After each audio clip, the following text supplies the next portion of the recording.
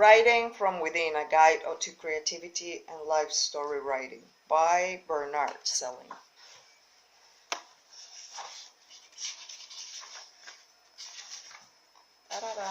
Preface.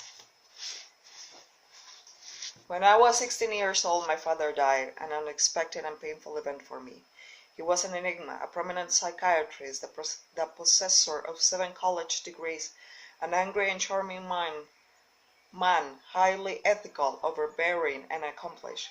A heart attack 8 years before his death caused him to stumble toward the finish line of his life like an exhausted marathon runner whose sole purpose in life was to stay alive until his children finished high school. He almost made it.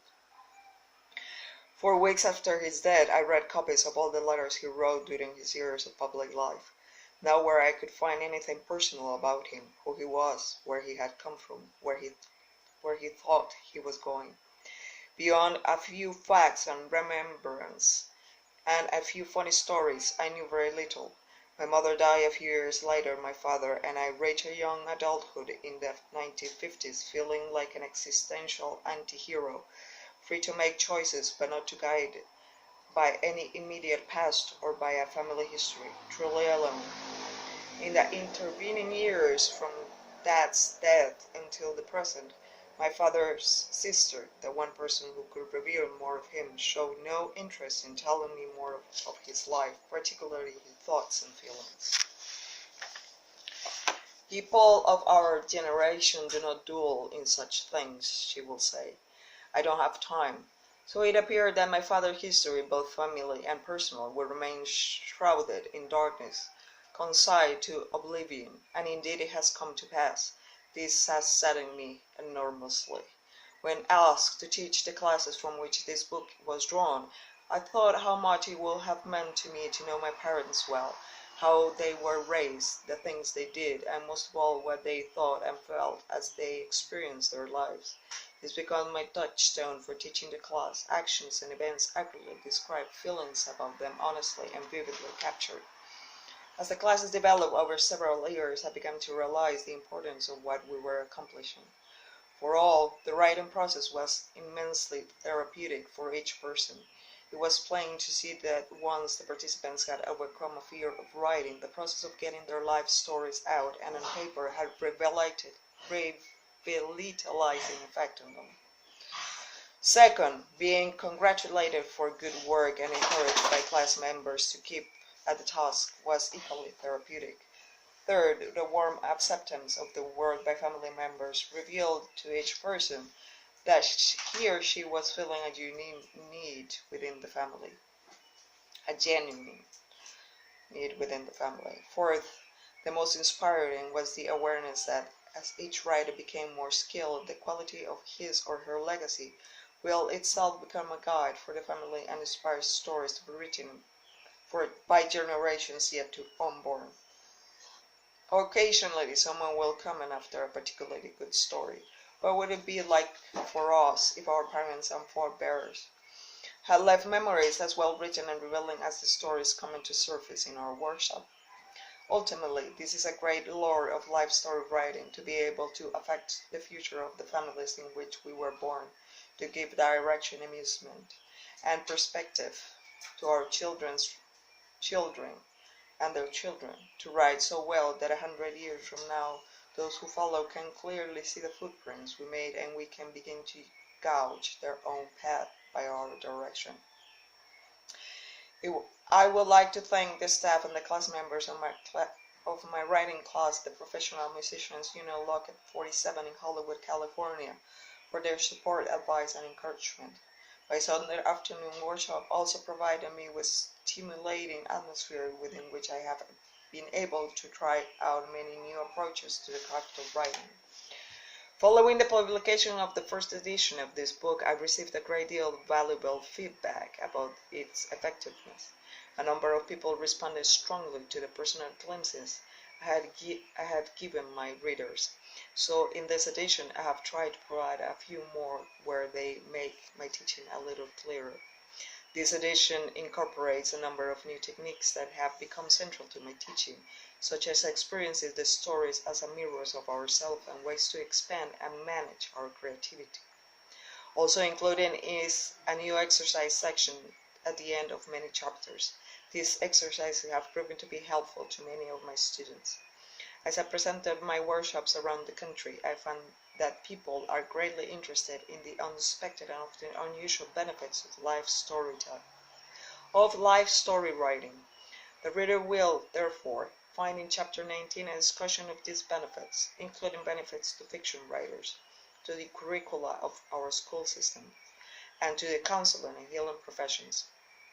Finally, many of the stories from the early edition have been replaced by ones that more accurately reflect my current approach to life story writing. I would like to give special thanks to my editor, Mali Apel, at Hunter House for her work on this edition. Her sharp eye and sensitivity to the material improved the book tremendously. Bernard Selling, Venice, California, 1997. Introduction. In the years after World War II, America saw an unprecedented ruthless development. Easterners moved west, Southerners moved north. Corporate Americans moved everywhere. But in the years since Alex Haley's roots entered the consciousness of American society, we have seen a distinct shift toward the respect for roots. And with it, we have witnessed an increasing respect for the wit and wisdom of those who have gotten us where we are, our parents and grandparents. We're a writer and teacher who works with nature adults. This is a welcome change. This volume, derived from the life story writing classes and workshops I have been teaching since 1982. It is written for those who wish to inform their children and grandchildren about the life path that the writers have followed. It is also self-help text for those who wish to use this writing as means toward greater self-understanding. The book is divided in 4 parts. Part 1 introduces the writer to various techniques that will help him or her learn to express himself or herself fully and well on paper. It then guides the writer toward unearthing and exploring hidden memories. In Part 2, the reader is provided with something of the road map to follow in answering the question, what should I write about?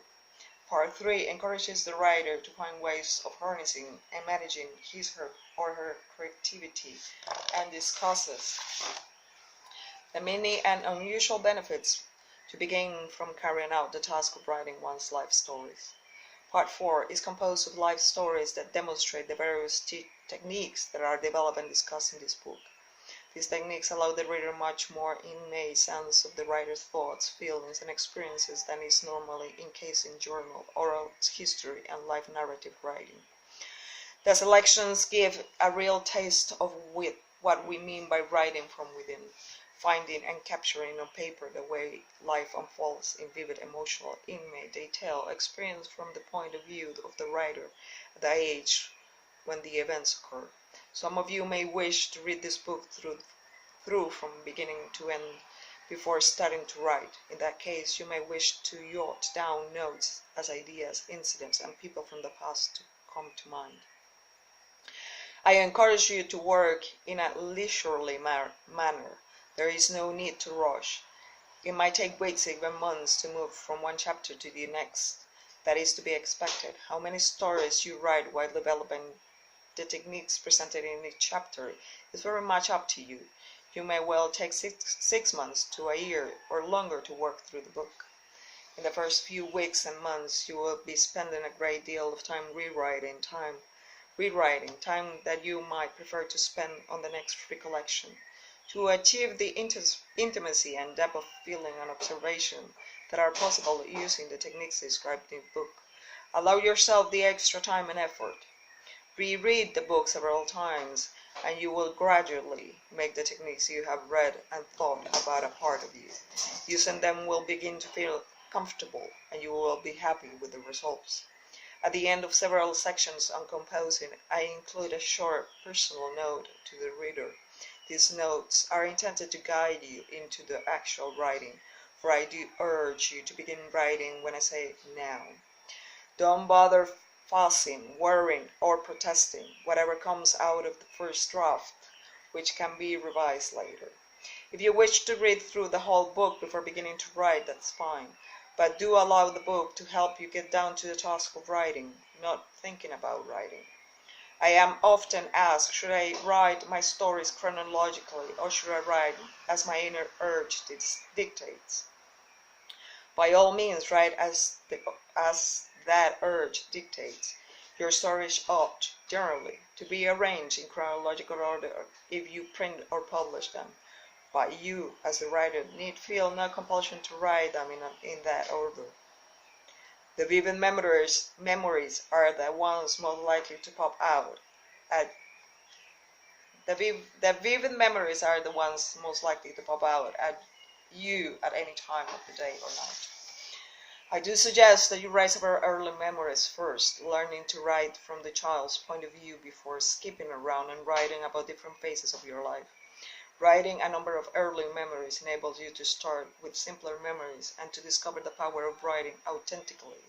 That is, writing in a voice that is consistent with the age of the person you were. By getting back to that person, you will discover much of your past that you have forgotten, and remember inaccurately. The style you will be developing will be forceful, immediate, and intimate. I'm not an inmate.